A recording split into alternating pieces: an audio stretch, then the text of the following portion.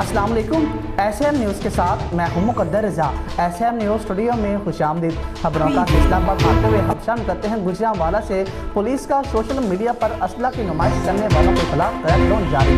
थाना कोटलद्दा पुलिस ने टिकटॉक पर असला की नुमाइश करने वाले 3 मुलजिमान को गिरफ्तार कर लिया है।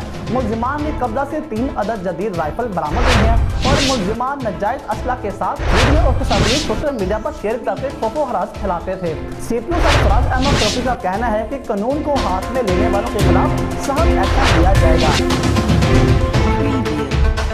आपको एक बार फिर बताते चलें कि गुजरांवाला पुलिस का सोशल मीडिया पर असला की नुमाइश करने वालों के खिलाफ क्रैकडाउन जारी है। थाना कोटलद्दा पुलिस ने टिकटॉक पर असला की नुमाइश करने वाले 3 मुलजिमान को गिरफ्तार कर लिया है।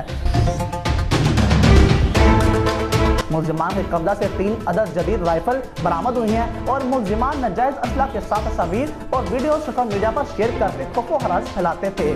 सीपीओ सरफराज अहमद चौकी का कहना है कि कानून को हाथ में लेने वालों के खिलाफ सख्त एक्शन लिया जाएगा।